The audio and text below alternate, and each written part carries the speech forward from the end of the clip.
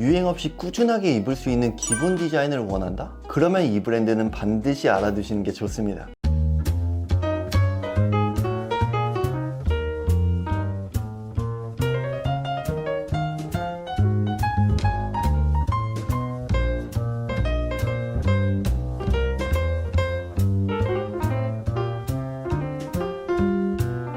안녕하세요, 호호시입니다. 오늘 소개해드릴 소식은요, 이미 아는 사람들은 다 알고 제 주변에서도 많은 사람들이 입을 만큼 매니아층이 두터운 브랜드인데 모르시는 분들이 꽤 많아서 이 브랜드를 알려드리도록 하겠습니다. 그 브랜드는 바로 에이카화이트라는 브랜드인데요, 만약 이 브랜드를 모르셨던 분들이 계신다면 오늘 이 브랜드는 꼭 알아두셨으면 좋겠습니다. 그럼 에이카화이트 어떤 브랜드인지 한번 봐볼까요? 일단 에이카화이트라는 브랜드에 대해서 간단하게 좀 알려드리자면 2016년에 론칭했고 소재와 만듦새를 굉장히 중요시 생각하면서 좀 미니멀한 감성을 표현하는 브랜드라고 알고 계시면 좋습니다. 이 브랜드의 특징은요, 아무래도 원단회사와 협업해서 운영하는 브랜드이기 때문에 그만큼 원단에 대해서 신경을 많이 쓰는 브랜드예요. 에이카화이트의 라인은 두 가지로 나뉩니다.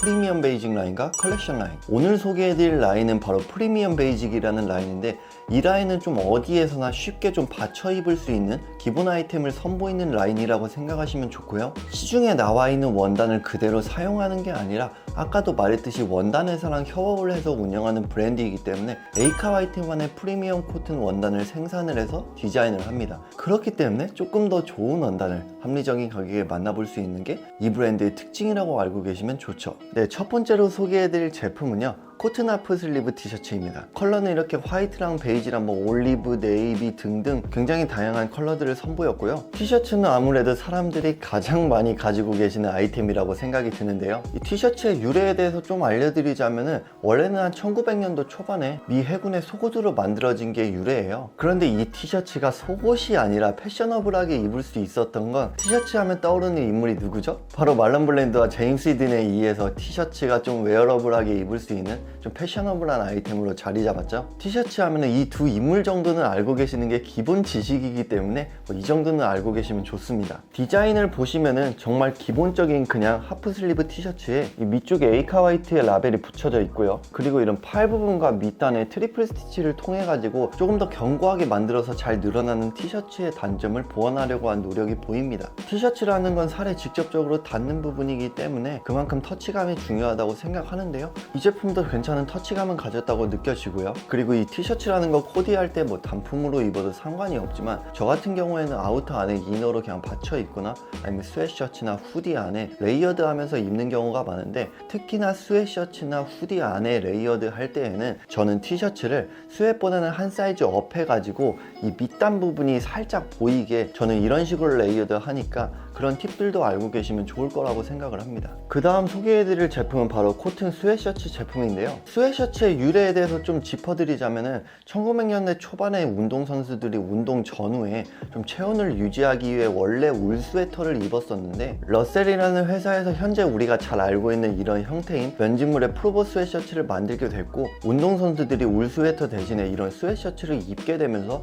운동복 형태로 알려지게 된 게 이 스웨셔츠의 유래입니다. 그러다가 운동복이 아니라 평상복으로 알려지게 된 건 스웨셔츠 하면 떠오르는 인물이죠. 영화 대탈출에서 스티브 베킨이 에이트 자켓 안에 이런 스웨셔츠를 받쳐 입으면서 스웨셔츠가 웨어러블하게 입을 수 있는 아이템으로 자리 잡았다고 생각하셔도 좋을 것 같습니다. 이 제품도 그냥 디자인적으로는 솔직히 크게 말할 거는 없는 정말 기본적인 디자인이에요. 그리고 이쪽에 에이카화이트 라벨이 붙여져 있고요, 어깨 라인 같은 경우는 살짝 오버사이즈드고 편하고 가볍게 입을 수 있는 기본적인 형태의 스웨셔츠라고 알고 계시면 좋을 것 같습니다. 그 다음 소개해드릴 제품은 바로 코튼 스웨팬츠 제품인데요, 앞서 말한 스웨셔츠와 셋업으로 입을 수 있는 제품이고, 이렇게 허리 부분과 이런 밑단 부분에 밴딩 처리가 이루어져 있고요, 그 다음에 이제 양쪽에 사이드 포켓과 뒤쪽에 패치 포켓이 두 개가 있고, 이 부분에 에이카화이트의 로고가 있는 것을 볼 수 있습니다. 실루엣은 오버핏이라고 생각하기보다는 레귤러 핏과 저스트 핏의 중간 정도라고 생각하시는 게 가장 좋으실 것 같고요, 이런 스웨트 같은 경우에는 스니커즈의 운동화에 코트